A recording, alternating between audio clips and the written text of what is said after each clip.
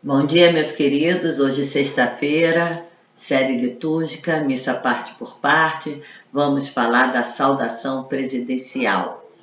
Não se esqueçam de ir no canal, compartilhar. Quem ainda não adquiriu, adquira a sua apostila. É uma apostila muito interessante para quem trabalha com batismo, com crisma, com liturgia, com canto. Então, acho que é um tema, né, importante para todos os fiéis da igreja. Vamos lá. Saudação presidencial.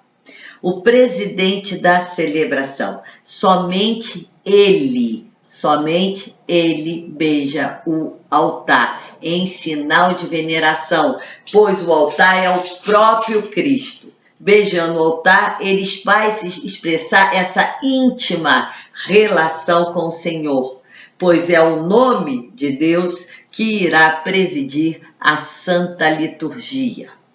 O beijo tem um endereço, não é propriamente para o mármore ou para a madeira do altar, mas para o Cristo, que é centralidade da nossa piedade. O presidente faz o sinal da cruz e toda a assembleia o acompanha, dizendo ao final, amém. Em seguida, ele invoca a Santíssima Trindade, reunindo toda a assembleia na presença do Senhor. Depois acolhe o povo, dizendo uma das fórmulas usadas por São Paulo em suas cartas: a graça do nosso Senhor Jesus Cristo. E depois saudando, dizendo boa noite, bom dia, ou sejam todos bem-vindos. Com a resposta, a Assembleia toma consciência de que ela está participando da celebração litúrgica em união com toda a Santa Igreja. Depois faz uma breve introdução do mistério celebrado e prepara o povo para o ato penitencial.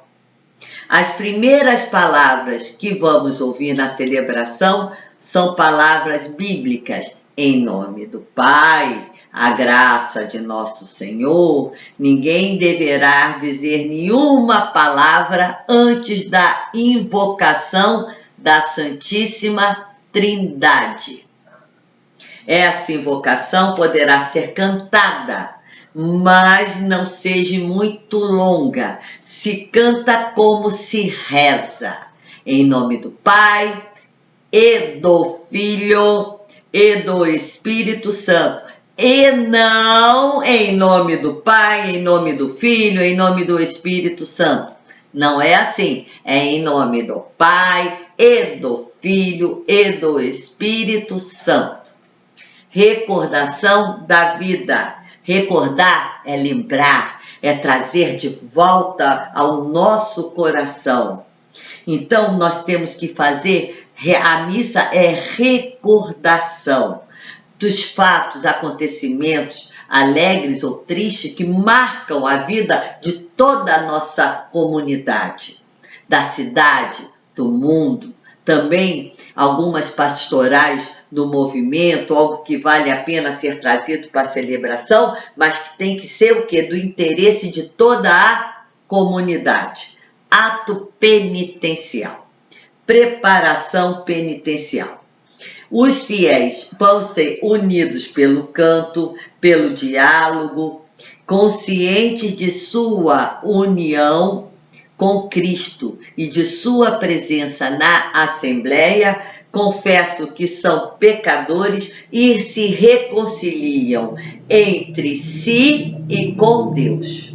É um momento de recolhimento de toda a Assembleia para reconhecer-se diante de Jesus, o Salvador, sua pobreza, sua fraqueza, e invocar o amor misericordioso que nos liberta das nossas faltas cometidas, desde o quê? A última celebração, para que dignamente podemos celebrar o mistério pascal de Cristo. O ato penitencial não substitui o sacramento da confissão, entendeu? Da reconciliação. Não substitui.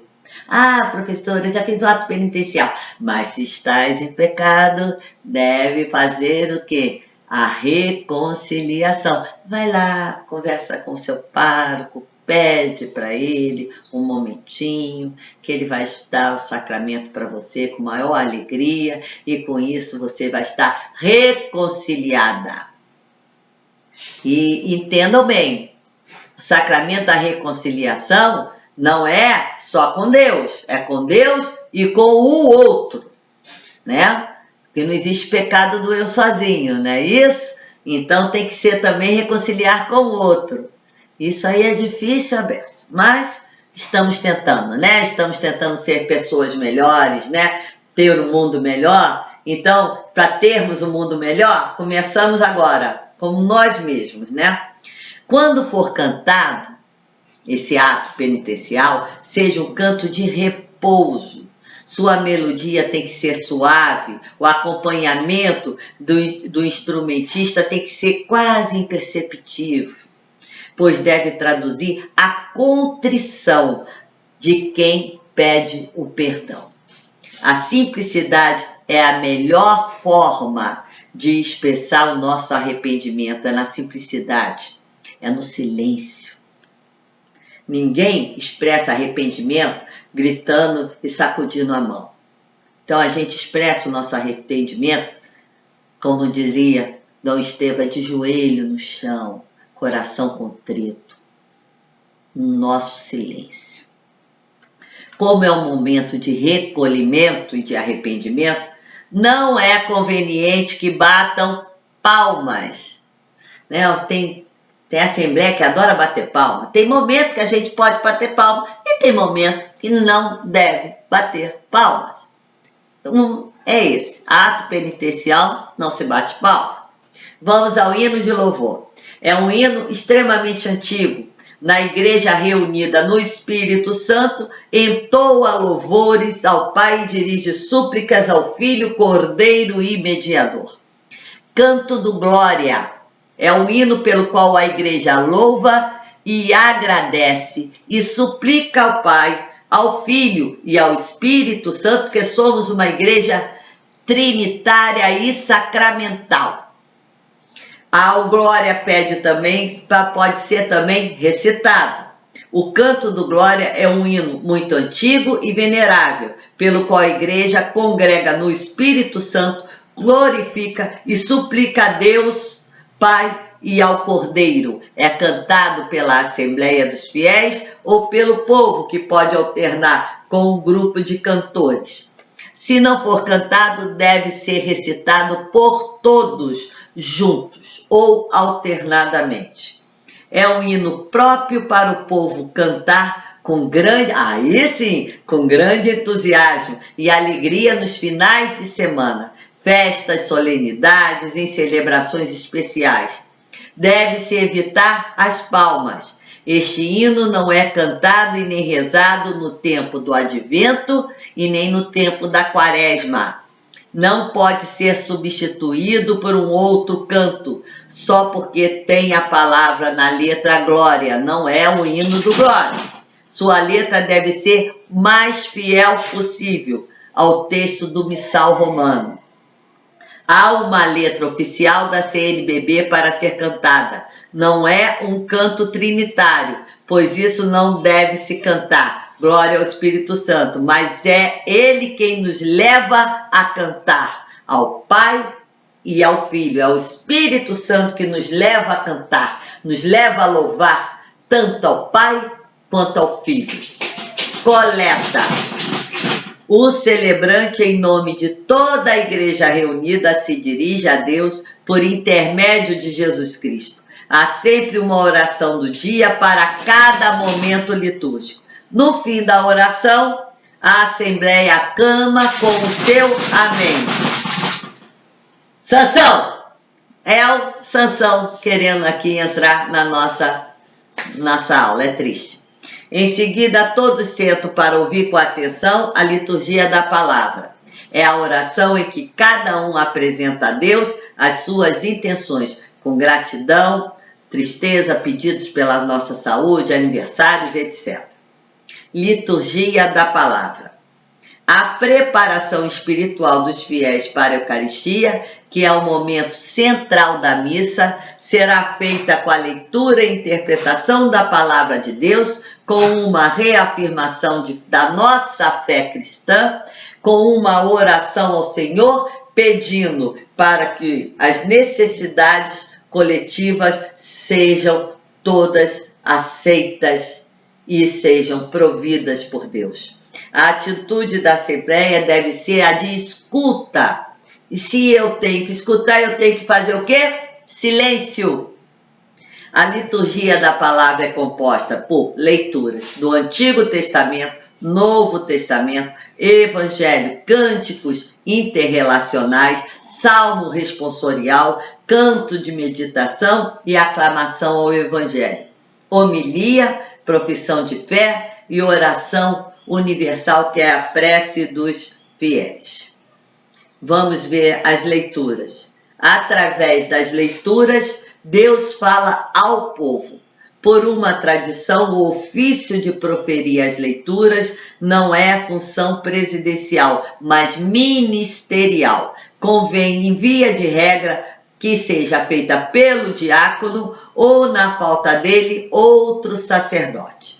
Leia o Evangelho, o leitor faça as demais leituras. A liturgia da palavra é composta pelas leituras da Sagrada Escritura, homilia, profissão de fé e oração universal. Nas leituras, exceto ao domingo e nas solenidades, temos uma leitura do Antigo Testamento, exceto no tempo pascal ou no Natal, um salmo e o Evangelho. No domingo, vai ser disposto numa segunda leitura após o salmo, que pertence ao Novo Testamento. Então, geralmente são cartas de João, cartas de Paulo, Tiago, Judas. Essas leituras são escolhidas por meio da organização dos textos sagrados durante um ano, que chamamos de ano litúrgico, que a gente vai ver as letras ano litúrgico A, ano litúrgico B e ano litúrgico C. Quando se leem as Sagradas Escrituras na igreja, o próprio Deus fala ao seu povo. O Cristo presente é Cristo presente na palavra. Sacrosanto Concílio número 7 é o documento da igreja que vai falar sobre isso. E com isso nós anunciamos o quê? O Evangelho. Por isso todos devem o quê? Escutar com veneração as leituras da Palavra de Deus, elementos de máxima importância da liturgia. Está lá na Instrução Geral Missal Romana, número 9. Então a gente tem que ficar o quê? Atentos à leitura. Ó, boquinha de novo, calada. Então a gente vai perceber que na liturgia da missa, o silêncio vai ser muito maior do que a nossa fala. Então nós temos aqui a escuta da palavra para mergulharmos profundamente no tempo litúrgico e estarmos inseridos também para nos prepararmos para a união com o corpo eucarístico, de forma profunda e vivencial. Vale ressaltar a importância de escolher, isso é muito importante, pessoas preparadas para proferir as leituras, irmãos que sejam capazes de desempenhá-las bem. Então, a gente escolhe com muito carinho uma pessoa que saiba ler, dar a pontuação correta ao texto, falar as palavras, que muitas palavras, às vezes, do Antigo Testamento têm uma certa dificuldade. Então, eu só escolho os melhores. Não é isso. Você está preservando uma pessoa também. Às vezes a pessoa não sabe dar a pontuação, não sabe fazer uma leitura e depois serve de escárnio para a própria Assembleia. Então, quem está cuidando da liturgia tem que ter esse cuidado também de não ridicularizar uma pessoa diante da Assembleia. Então, vamos ter esse carinho, vamos ter esse cuidado com o irmão e com a palavra de Deus. Primeira leitura. Na próxima aula nós vamos falar da primeira leitura, porque nós já estamos quase com 15 minutos de aula. Obrigado a todos, até um bom final de semana, até sexta-feira. Espero que vocês tenham gostado e a participação de Sansão também é especial. Um beijo a todos vocês.